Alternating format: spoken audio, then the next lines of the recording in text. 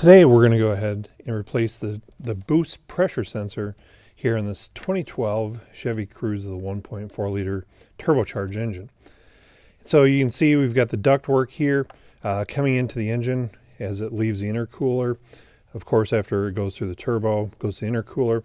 Now the ductwork leading into the intake. And we've got our boost pressure sensor here located in the ductwork. So we're going to go ahead and replace it. We actually installed a new turbo on this car. It's just good practice to replace the recording sensors along with it. So I'm just going to pinch the wiring right here, disconnect the electrical connector. I will now take my T20 Torx bit and I'm going to remove the one hold down screw here. I'll give the sensor just a little twist, get it up out of the ductwork there. And similarly, we'll make sure the surfaces are clean here.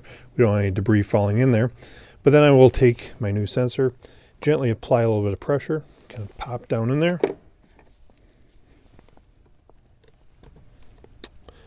going to tighten the bolt.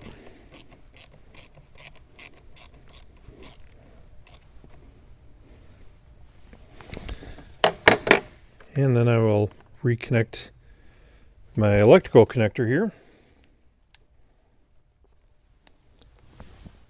And just like that, we're all set.